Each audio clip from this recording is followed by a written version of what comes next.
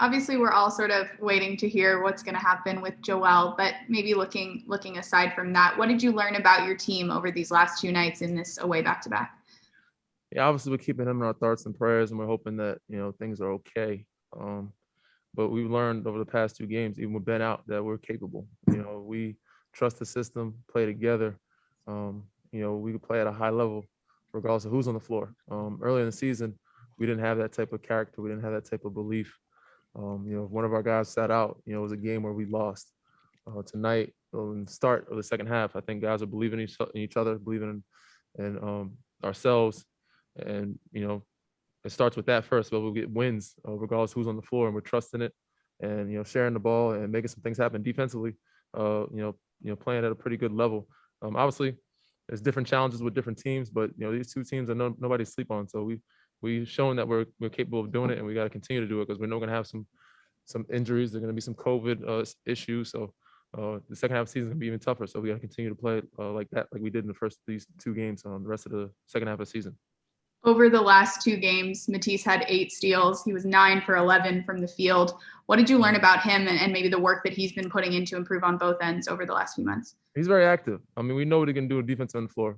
That leads to his offense. If he just stays aggressive and keeps doing that, I think the biggest thing is staying out of foul trouble. But because he's so aggressive and so active, I'm okay with his mistakes and some of his fouls. But it'd be a lot easier on me and everybody else if he stays out of foul trouble, so I don't have to play as many minutes and have to guard, chase young guys for 30-something minutes. If he stays on the floor, he could help me out a little bit. But he's doing his job, and he's doing it at a high level, and I'm loving what he's bringing to the floor for us. Awesome. Thanks, Danny. Anytime. Next, Martin Arducci. Hey, Danny, you played with Dwight last year, and now you're with him again. Could you just talk about what you've seen from his play this year for you guys? He's sticking with it. I know it's been ups and downs and frustrating for everybody all around. And I commend him on everything he's done because the guy's been through hell and back in his 16, 17 years, especially during this COVID time with the bubble, before the bubble, losing people, family members, dealing with, his son and his baby mother's situations. So that guy, he's a warrior, man. And for him to come out and play in Utah for us when he lost somebody, can continue to keep playing and try not to break protocol and make sure, he sees his family and get back, after the funeral. I don't know how the situation went, but for him to keep fighting and trucking away. And this second half of the season, I think things are opening up for him. We're finally trusting the lob pass. We're finally finding him, in the post a little bit. We're finally getting him more involved in the offense, which is, kind of, I guess, energizes him defensively. So as long as he stays out of foul trouble and doesn't have any turnovers for us, and we, find him with the lob, I think things are going to go great. And hopefully we can continue to keep finding him, with that type of mindset of getting to the paint and finding him on drop-off passes or lob passes. Let's go to Leonardo.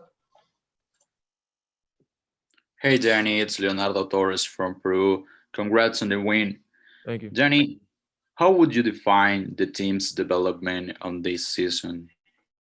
I think we're doing a great job as of right now, especially showing the character of being able to come out focused and win some games without our 2 All-Stars.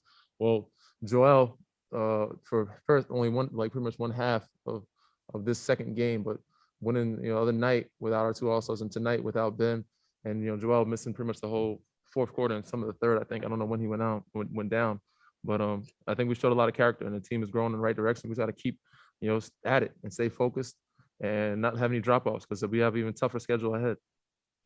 And what is the biggest lesson of this win against the Wizards? To continue to move the ball, and I think working on our transition defense. They're one of the top teams in pace and pushing on offensively for them, which was a challenge for us defensively because we know that's the biggest thing holding us back defensively, being one of the top teams in the league. If we just talk and communicate and get back in transition and not turn the ball over, we'll give ourselves a chance to be one of the best defensive teams in the league. Thank you. Take one more from Serge Kumas.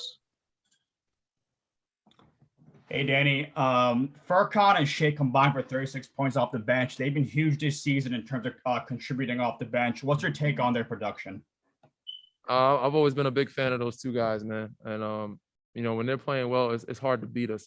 So I just want them to be able to do them, play their game, be aggressive, not think about it too much. I think there's times where, they've been thinking about or, focusing and not actually just playing basketball and just letting themselves, be free within the system. So when they're hooping, when they're playing like that, so we're tough to beat, and we're going to need that from them for the rest of the season, and especially in the playoffs, because right now that's where we're kind of struggling. Is when the second group comes in, it's not just offensively but defensively. If we can continue to get some stops defensively and them scoring like that offensively, it'll make us a more dangerous team and a much deeper team. Thank you.